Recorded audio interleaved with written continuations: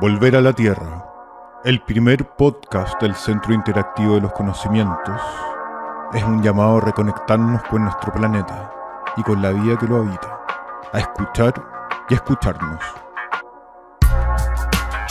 Nuestro oído encierra una pieza afinada de nuestra maquinaria biológica y está íntimamente conectado con nuestro cerebro.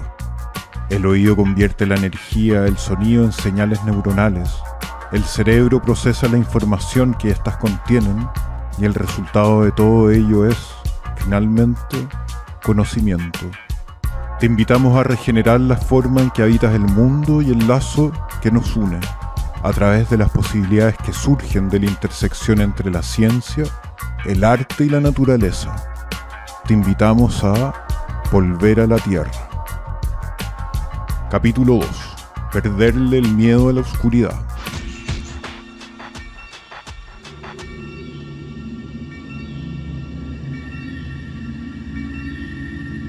Cuando era niña sentía un miedo incontrolable a la oscuridad.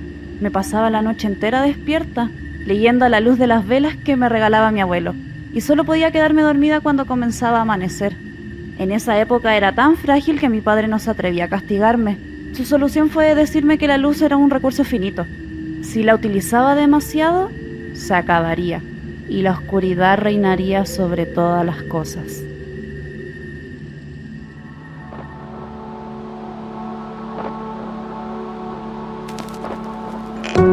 Así describe la hija del Dr. Otto Herwig su miedo a la oscuridad en el libro Un verdor terrible, de Benjamin Labatut. De alguna manera, su padre tiene razón. Efectivamente, la luz es un recurso finito, y su fecha de vencimiento es la muerte del Sol, en unos 5.000 millones de años más.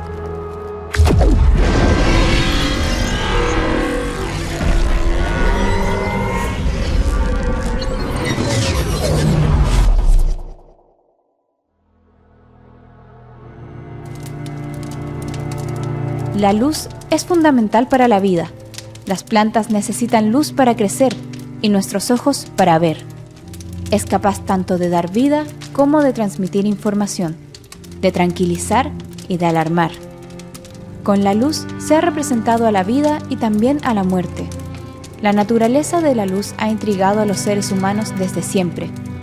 Durante mucho tiempo se pensó que era una propiedad de la materia, algo que las cosas emanaban. Pero también su concepto fue tomado por las religiones, cosmovisiones o incluso se asocia a la verdad o al nacimiento. A partir del Renacimiento europeo en el siglo XV, su estudio y aplicación a la vida humana tomó un gran impulso, con el desarrollo de la física moderna y de la óptica.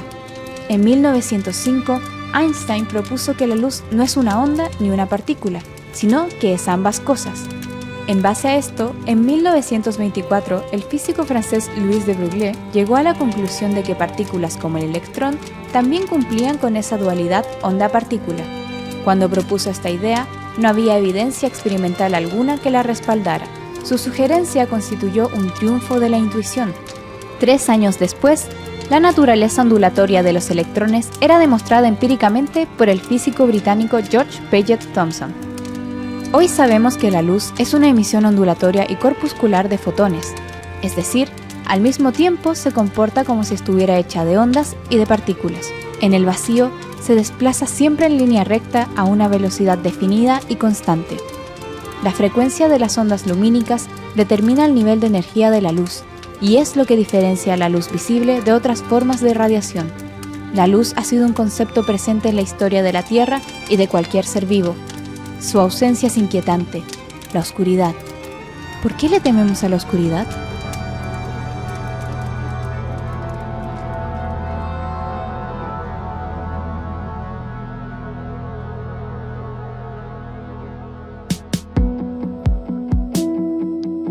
Estás escuchando Volver a la Tierra.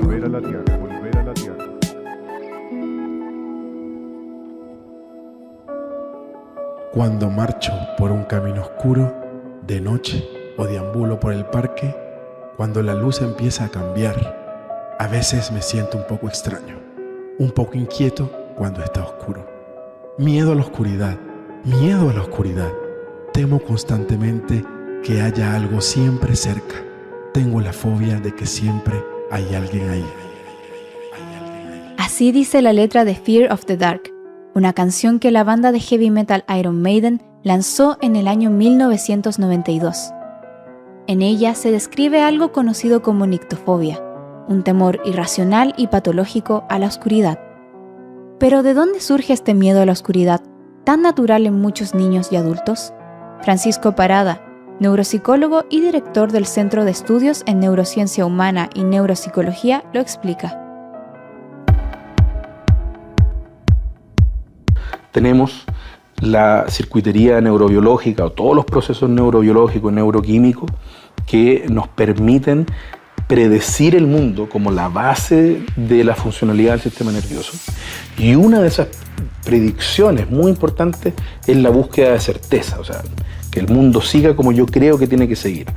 Ante cualquier violación de esa predicción, yo necesito activar sistemas, entre ellos el sistema del miedo, sistemas que me permitan enfrentar esa crisis y salir airioso, obviamente. ¿Qué pasa cuando empiezas a acumular la incertidumbre? Entonces, por ejemplo, oscuridad. Ancestralmente tenemos esta idea de que en la oscuridad pasan cosas que te podrían, un depredador, yo estoy durmiendo, no estoy percibiendo el medio ambiente, si empieza a haber un terremoto, todas estas cosas podrían ocurrir. Por lo tanto, hay una gran incertidumbre, ¿ya? Y si el sistema nervioso lo único que quiere es predecir, esta incertidumbre no nos hace bien, o sea, no le gusta al sistema nervioso. Si a eso le sumas que yo no puedo percibir qué es lo que está ahí y que yo estoy buscando cualquier cosa para poder interpretarla y decir esto es certeza, es incerteza, aparece un fenómeno que se llama la pareidolia, ¿ya? La pareidolia es un fenómeno que uno le pasa mucho a los humanos, que es que uno ve caras en lugares donde no hay, ¿ya? Y eso es porque uno está muy acostumbrado a ver caras y eso es como el principal objeto o dispositivo social que uno tiene.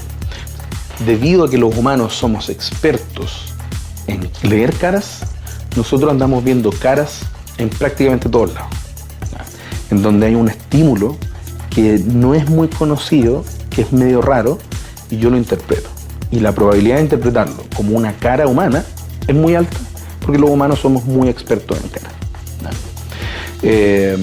Si tú eres experto en Pokémon, hay una probabilidad de que puedas ver Pokémon en distintos lugares. Si tomamos ese como factor importante de la percepción y lo sumamos a esta historia que estamos conversando de toda esta necesidad biológica, este imperativo evolutivo, la necesidad de predecir y los mecanismos neurobiológicos para sonar las alarmas cuando se destruyen o se violan esas predicciones.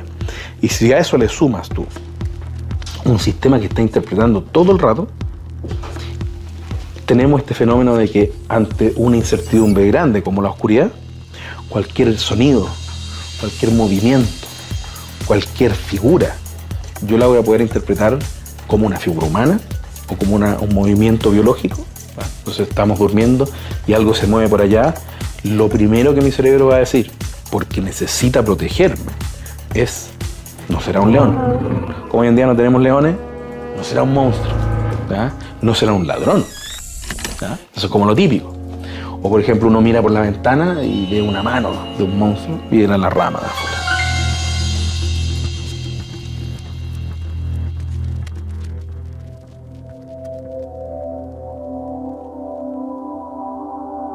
La luz nunca podría parecer peligrosa, nos ayuda a entender nuestro entorno. Aún así hay quienes, por el contrario, le temen, los astrónomos y astrónomas. Bárbara Rojas Ayala, doctora en astronomía, profesora asociada del Instituto de Alta Investigación de la Universidad de Tarapacá e investigadora del Centro de Astrofísica y Ciencias Afines, lo explica de la siguiente manera. La oscuridad es necesaria para la astronomía en el mundo porque nosotros necesitamos detectar la luz que viene de galaxias, de estrellas, de exoplanetas que se encuentran a miles y miles y millones de kilómetros de nosotros. Cuando nosotros tenemos contaminación lumínica tenemos una ciudad o un pueblo que crece y que está iluminando su alrededor de una forma que contamina el cielo nocturno, cuando nosotros apuntamos telescopios, por ejemplo, hacia esos sectores, eso nos impide poder detectar la luz que viene de esos lugares. Entonces, en Chile, si queremos cuidar, por ejemplo, los lugares en donde tenemos observatorios, necesitamos que esos lugares permanezcan oscuros para nosotros poder detectar esa luz chiquitita que viene desde diferentes lugares del universo. Quizás una forma de ver qué sería la contaminación lumínica es, por ejemplo, el día. Las estrellas están en el cielo, pero el sol ilumina mucho más que todo el resto de las estrellas y por lo tanto durante el día para observaciones ópticas no se puede observar el universo. Y una vez que el sol desaparece, esa contaminación lumínica se va y nosotros podemos observar el cielo nocturno. En ese sentido, la iluminación, por ejemplo, de ciudades que están cerca de los observatorios sería algo similar a lo que sucede durante el día con el sol. No nos permite poder detectar esa luz, esa señal que viene de objetos lejanos como estrellas o galaxias.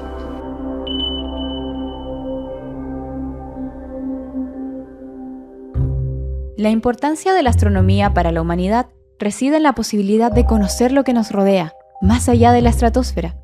En este caso, la oscuridad es la que nos permite conocer un entorno, aunque uno más infinito y lejano. Pero por otro lado, ¿podría ser que la oscuridad tenga más beneficios de los que pensamos? ¿Podría ser que la oscuridad ha sido pintada por siglos como un villano, cuando su función era ayudarnos a mantener la vida en la Tierra tal y como la conocemos?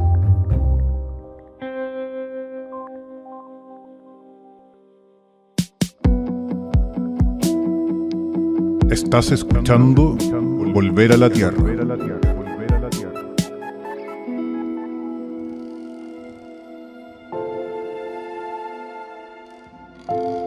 El día y la noche, como muchas otras dualidades, se necesitan mutuamente para funcionar. Y así como no puede existir el arriba sin el abajo, no puede existir la vida sin el descanso. A diferencia de seres como los búhos o los murciélagos, los humanos somos animales diurnos. Nuestras actividades se desarrollan durante el día y dormimos durante la noche. Esto no tiene que ver con una simple coincidencia. En realidad, la importancia de que los seres humanos durmamos de noche está en que fisiológicamente necesitamos la oscuridad para obtener un buen descanso.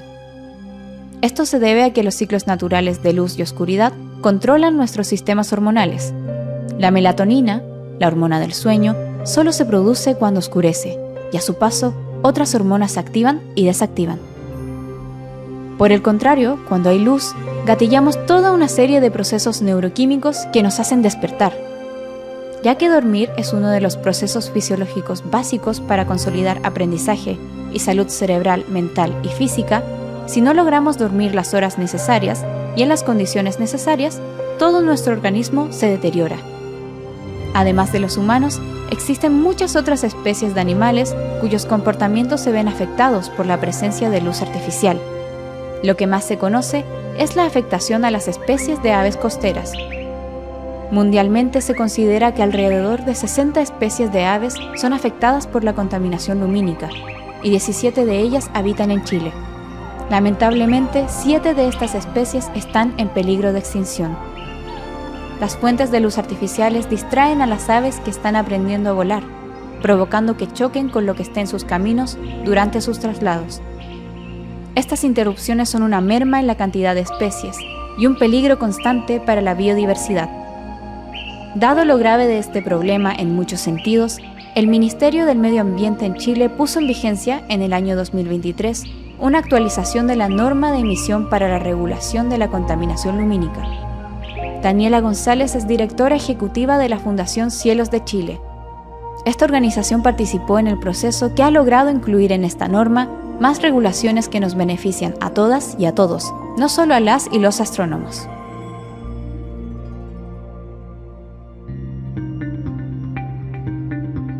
hay una correlación entre el crecimiento de las ciudades y el aumento de la contaminación lumínica producto de la actividad de los seres humanos en la noche. El impacto se ha visto marcadamente en los últimos años. En Chile, sobre el 80% de la población es urbana, por lo tanto es un porcentaje de iluminación importante. Dentro de la contaminación lumínica, el alumbrado público tiene un componente muy importante, por eso esa correlación entre crecimiento de las ciudades y aumento de la contaminación lumínica. Por eso las principales acciones que se han tomado respecto a la reducción de la contaminación lumínica tienen que ver con la regulación de la iluminación exterior. Durante 1998 hasta este año existía la norma chilena que solamente regulaba a las regiones que se conocen como astronómicas, Antofagasta, Atacama y Coquimbo. Se actualizó la norma lumínica y ya va a tener un alcance nacional. Y esto es un hito muy importante porque para que tenga este alcance nacional es porque la norma reconoce como dentro de sus principios la afectación a la salud y a la biodiversidad. Ya no solamente se deja ver a la contaminación lumínica como un problema de los astrónomos para la actividad, el desarrollo de la actividad científica y astronómica, sino que también se reconoce los efectos perjudiciales que tiene en la salud de las personas y en el medio ambiente. En ese sentido, la norma ha sido impulsada por la comunidad astronómica y eso es algo que tenemos que agradecer porque visibilizaron este problema que paradójicamente la gente no ve. La gente no visualiza al exceso de iluminación como un tipo de contaminación, pese a que la luz artificial está considerada como un contaminante dentro de la legislación chilena.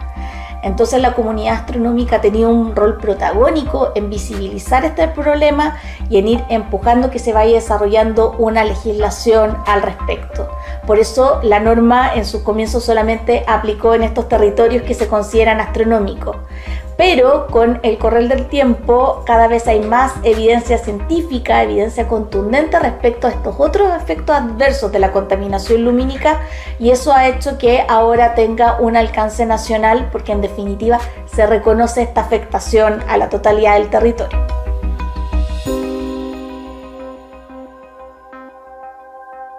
En cierta forma, esta norma será un intento de proteger los sueños de todos, ya sean los que tenemos cuando nos quedamos despiertos para ver lo que se muestra solo de noche o los que tenemos mientras dormimos.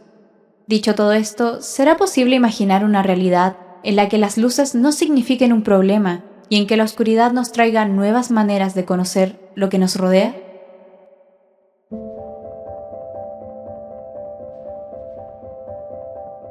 La luz ha sido sinónimo de conocimiento y progreso a lo largo de toda nuestra historia. El acceder a ella, primero a través del fuego y luego a través de la electricidad, nos ha permitido sobrevivir. Pero a veces es bueno pararnos a pensar en cuál ha sido el rol de la oscuridad en este mismo proceso evolutivo. Algunas culturas indígenas no solo usaban las estrellas para dibujar mapas en el cielo, sino que aprendieron a reconocer las manchas oscuras en la Vía Láctea para formar constelaciones. Todas ellas reconocieron zonas del cielo nocturno en las que la luz es bloqueada por el polvo y el gas interestelar. A estos dibujos en el cielo se les conoce como constelaciones oscuras. Esto ocurrió en distintas partes del mundo, pero especialmente en Australia y Sudamérica, siendo la civilización inca un ejemplo destacado de cómo la oscuridad también sirvió de orientación y guía para algunas sociedades. El mismo miedo a la oscuridad y a lo desconocido ha llevado a la humanidad a la búsqueda del conocimiento. Es el motor que ha inspirado muchas investigaciones y descubrimientos, y sin ella no existiría la necesidad de seguir buscando respuestas. Johann Eklof, zoólogo y escritor del libro The Darkness Manifesto, o El Manifiesto de la Oscuridad, describe a la luz como una pausa del flujo constante de impresiones, un silencio visual y una especie de experiencia primitiva en el mundo moderno. Aunque, si entendemos la oscuridad como ausencia de luz, quizás nos ayude a pensar que nunca estamos del todo oscuras. Cuando no son las luces artificiales ni el sol quienes nos iluminan, el resto de los astros en el cielo aparece para demostrarnos que están ahí, esperando su turno para brillar.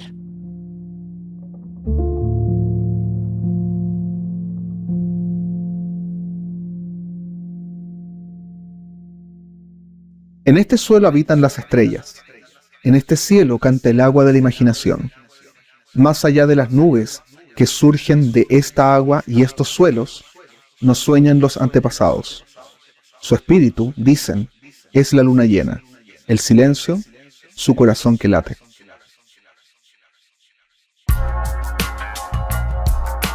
Lo que acaban de escuchar es En este suelo habitan las estrellas, del poeta Elikura Chihuahilá.